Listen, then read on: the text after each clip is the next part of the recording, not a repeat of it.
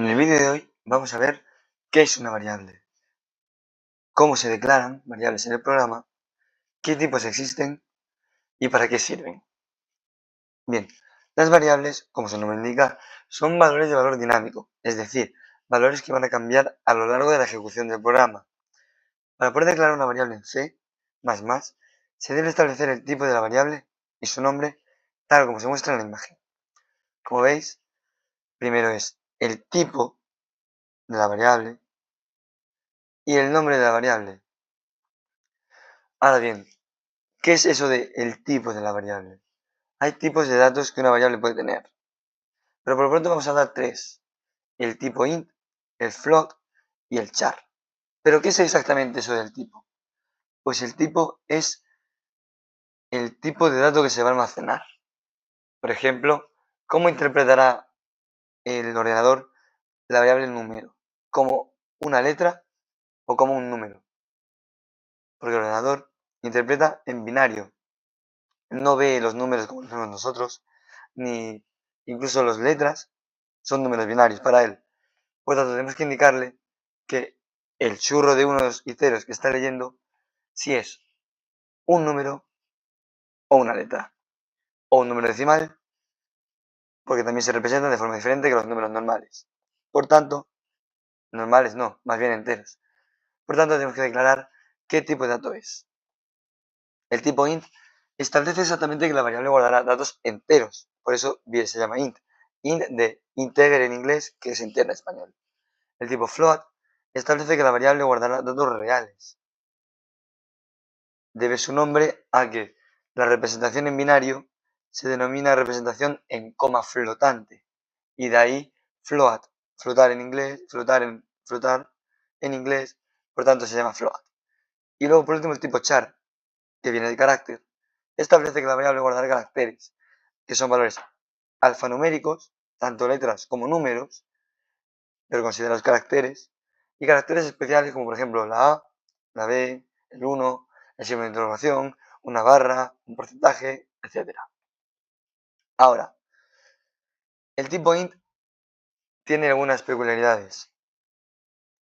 Un número representado en un código, por ejemplo, cuando tú declaras un int num1, primero se declara el tipo de variable, que es int, y luego el nombre de la variable seguido detrás. ¿Vale? Una vez declarada la variable, por lo general se le suele asignar un valor.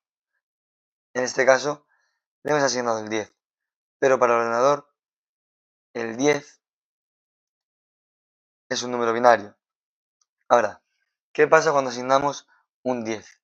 Si yo en vez de un 10 hubiera asignado num1 igual a 0, 1, 0, ¿qué significa ese 0 que va adelante? Que en vez de ser base decimal, es base octal. Es decir, es un número formado por cifras del 0 al 7 y en base 8. Es decir, que la unidad no es en base 10, sino que es en base 8, que la decena no sería en unidad, no sería en base 10, sino sería en base 8, y así sucesivamente. ¿Qué significa eso de base 1, base 2, base 10, base 8? Pues es algo sencillo. Cuando estamos trabajando en base 10, por ejemplo el número 123, el número 123 consiste en un 1, en un 2 y en un 3. Pues bien, el 3 es igual que 10 elevado a 0 por 3, que es 3, porque 10 elevado a 0 es 1. En la segunda cifra, que se llama la decena, es 10 elevado a 1 multiplicado por el número que representa aquí, en este caso 2, por eso es 10 por 2, 20.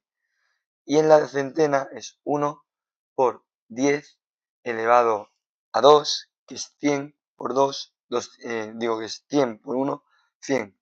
Y la suma de todo es 100 más 20 más 3. Por eso el número 123 se escribe 123 es 123. En octal cambiaría, sería 8 elevado a 0 por 3, que 8 elevado a 0 es 1, por 3 es 3. Luego 2, 8 elevado a 1, que es 8, por 2, 16. 3 más 16.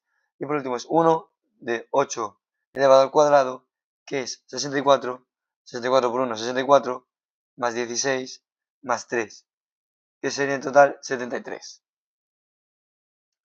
Ahora bien, también si pusiéramos un 0 y una x y luego 10, es decir, 0x1, 0, estaríamos hablando en hexadecimal.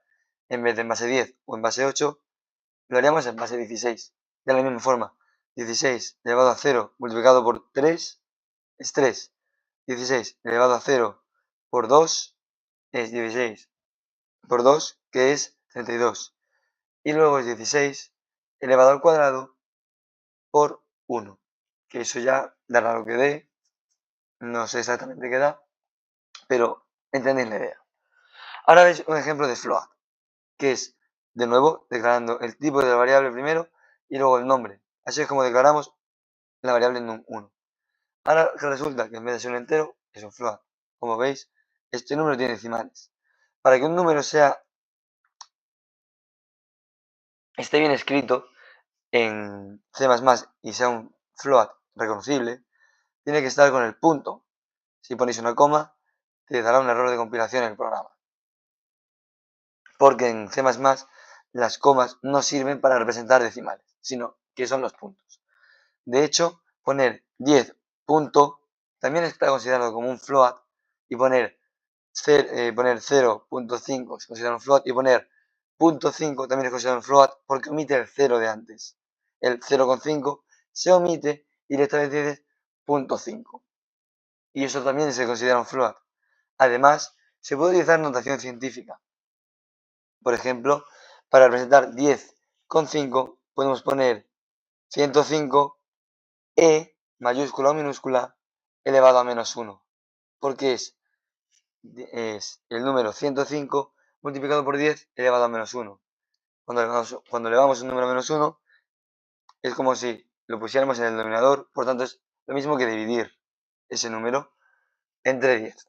Por tanto sería 105 por 105 e mayúscula minúscula menos 1. Igual que en números con notación científica normal como se dan en los institutos. Y por último tenemos el char. ¿Qué tiene de peculiar el char? Que puede almacenar caracteres, no solo números.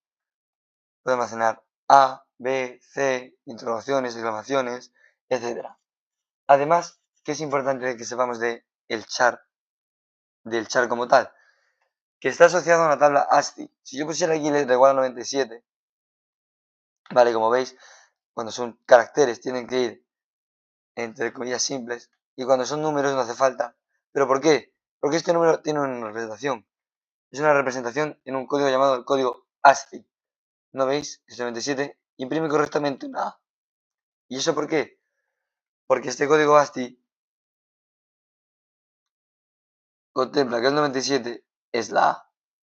Es por eso que se pueden a los char asignar valores numéricos. Sin embargo, no es demasiado recomendable, ya que el código ASCII no está usado en todos los sistemas operativos ni en todos los dispositivos, sino que a veces se pueden llegar a utilizar otro tipo de códigos.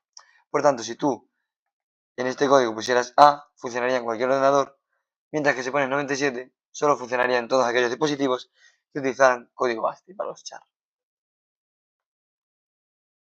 Ahora ya sabemos que un char puede ser cualquier carácter, pero ¿y los caracteres que ya tienen un valor propio en C++, como por ejemplo la comilla simple, que se utiliza para poner caracteres propios? Si intentáramos poner la comilla simple dentro de comillas simples, nos daría un error de compilación, dado que C++ considera que estamos intentando abrir comillas simples 2 veces, pero nos falta una última comilla para cerrar los 2 bloques de comilla simple, comilla simple, comilla simple, comilla simple. Por tanto, necesitamos escapar esto y decirle a C++ que esta comilla simple de en medio no es que quiera abrir otro char, sino que simplemente quiero escribir la comilla como carácter dentro. Y para eso podemos hacerlo con la barra invertida antes de esos caracteres. Como veis aquí, este código no ofrece errores, mientras que este sí ofrece algunos errores a la hora de poner triple comillas. Ahora, después de dar todo esto,